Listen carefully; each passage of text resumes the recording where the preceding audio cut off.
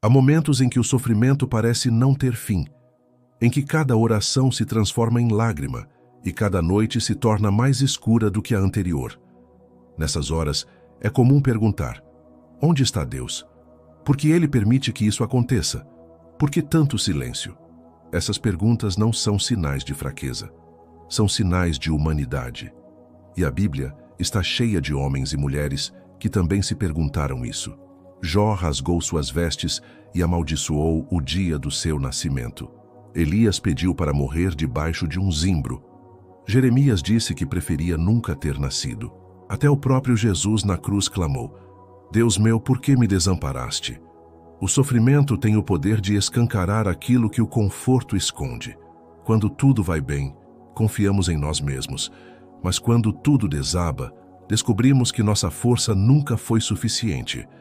Mas o que poucos sabem, e menos ainda conseguem perceber, é que é exatamente no sofrimento que Deus revela um caminho diferente. Um caminho que não é visível àqueles que correm, nem audível para os que gritam.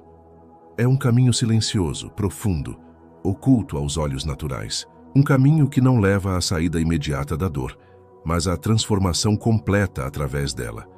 Quando o sofrimento chega, nossa primeira reação é querer escapar, fugir da dor, cancelar o processo, clamar pelo milagre imediato. Mas a Bíblia nos mostra algo curioso. Muitas vezes Deus não nos tira do sofrimento. Ele nos guia por dentro dele.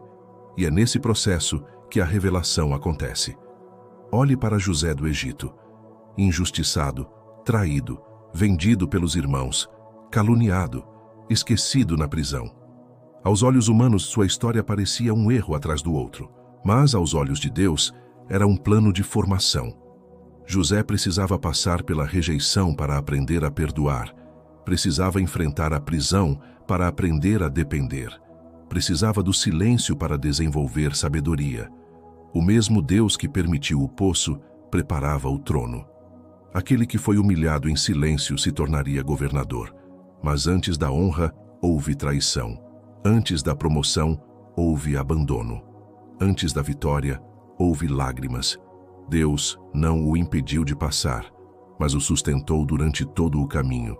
E o que dizer de Davi? Ungido rei ainda jovem, ele enfrentou o desprezo da própria família, a inveja de Saul. Anos fugindo, escondido em cavernas, caluniado, ameaçado de morte. Por quê? Porque o trono exige maturidade, e a maturidade espiritual só é forjada no deserto.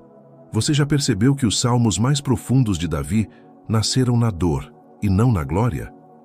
Ele não aprendeu a confiar quando tudo estava bem, mas quando tudo parecia perdido. Foi no vale que ele escreveu: Ainda que eu ande pelo vale da sombra da morte, não temerei mal algum, porque tu estás comigo. Salmos 23, 4. No vale Davi descobriu o Deus da presença. Não o Deus do espetáculo, mas o Deus que sustenta quando tudo falha. O Deus que não afasta o sofrimento, mas entra com você nele. E ali, quando todos abandonam, ele permanece. Deus não nos abandona na dor, mas ele também não é cúmplice da nossa pressa de sair dela. Porque às vezes, o maior milagre que ele quer fazer não é fora de nós, mas dentro de nós. A dor revela o que estava escondido, expõe nossas feridas, nosso orgulho, nossa carência de controle. Mas também é na dor que descobrimos quem somos de verdade e quem Deus é. A minha graça te basta, porque o meu poder se aperfeiçoa na fraqueza. 2 Coríntios 12, 9. Paulo aprendeu isso depois de orar 3 vezes para que um espinho fosse removido. Deus não tirou, mas deu algo maior, a revelação de que há graça suficiente mesmo quando não há cura. Lembre-se de Jesus no Getsêmani. A angústia era tão intensa que ele suou gotas de sangue. Ele orou dizendo: Pai, se possível, passa de mim este cálice. Mas depois acrescenta: Contudo, não seja feita a minha vontade, mas a tua. Essa é a virada. Esse é o segredo do caminho. Enquanto o foco for escapar da dor, o sofrimento parecerá injusto. Mas quando o foco muda para obedecer, crescer e confiar, o sofrimento se transforma em lugar de revelação. Ali, no lugar mais escuro da alma, Deus se apresenta como luz. Ali, quando todos se afastam, Ele se aproxima. Ali, quando não temos mais palavras, o Espírito intercede por nós com gemidos inexprimíveis.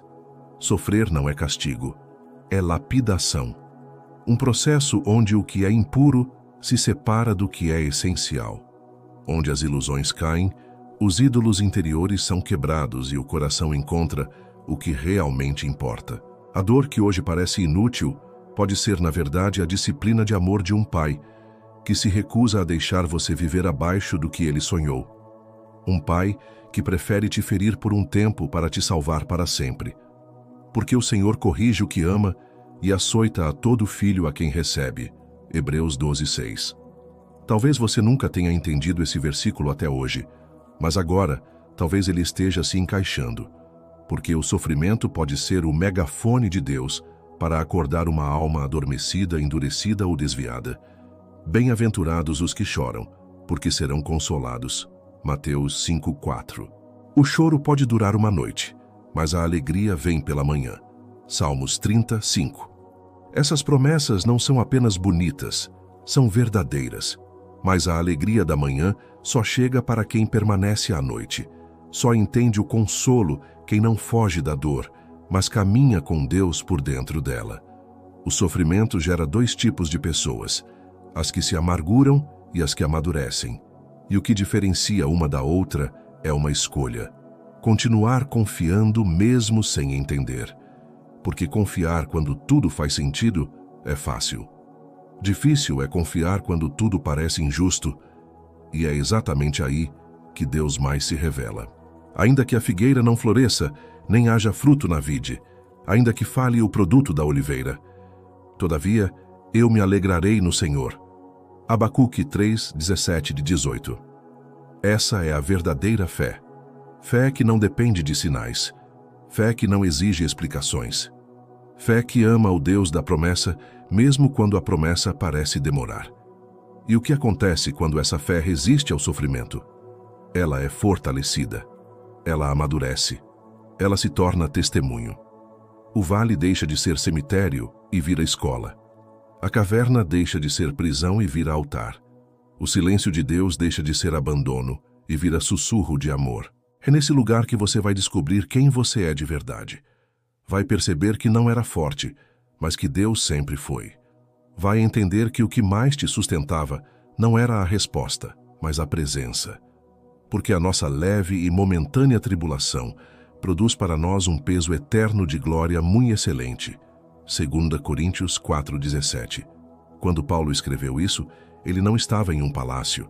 Ele estava preso, machucado, cercado de inimigos. Mas mesmo assim, enxergava propósito. Não porque a dor tinha desaparecido, mas porque ele tinha aprendido a ver o invisível. E você também pode. Você pode estar sofrendo hoje. Pode estar cansado, desanimado, tentando se manter de pé quando tudo dentro de você quer desistir. Mas escute, esse não é o fim, esse é o meio. Deus não te levou até aqui para te abandonar. Ele está aí com você. Ele está moldando, ensinando, limpando, preparando. E no tempo certo, Ele vai transformar o vale em testemunho. Você ainda vai contar essa história com lágrimas nos olhos, mas com gratidão no peito. Ainda vai dizer: foi difícil, mas valeu a pena. Porque eu conheci o Senhor de um jeito que só a dor poderia revelar. Então respira fundo. Firme os pés. Segure a mão dele, continue andando. O vale não é morada, é passagem. E quem passa por ele de cabeça erguida, de joelhos dobrados e coração rendido, sai do outro lado mais forte, mais profundo, mais parecido com Cristo. Oração final, Senhor. Tu conheces cada coração que assiste esse vídeo. Tu vês a dor que ninguém vê, as lágrimas que ninguém entende. Vês a exaustão da alma, o peso que essa pessoa carrega há tanto tempo. E mesmo assim, tu permaneces. Tu não foges da dor. Tu entras nela conosco. Por isso, eu te peço agora, revela teu caminho, Senhor. Mostra em meio à dor que tu estás presente. Tira as vendas dos olhos, traz discernimento, envia conforto, renova as forças. Não pedimos atalhos, pedimos direção. Não clamamos por saída imediata, mas por sentido, presença e fé para continuar. Que esse vale revele mais de ti do que jamais seria possível nas planícies tranquilas. E que ao final possamos dizer: antes eu te conhecia de ouvir falar, mas agora os meus olhos te veem. Em nome de Jesus. Amém. Se essa mensagem tocou seu coração, escreva aqui nos comentários: Deus está comigo no vale. Não guarde isso só para você. Compartilhe com alguém que precisa ouvir essa verdade hoje.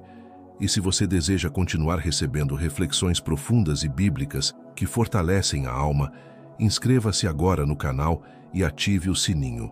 Aqui, a dor encontra propósito. Aqui a palavra se transforma em direção. Que Deus te abençoe.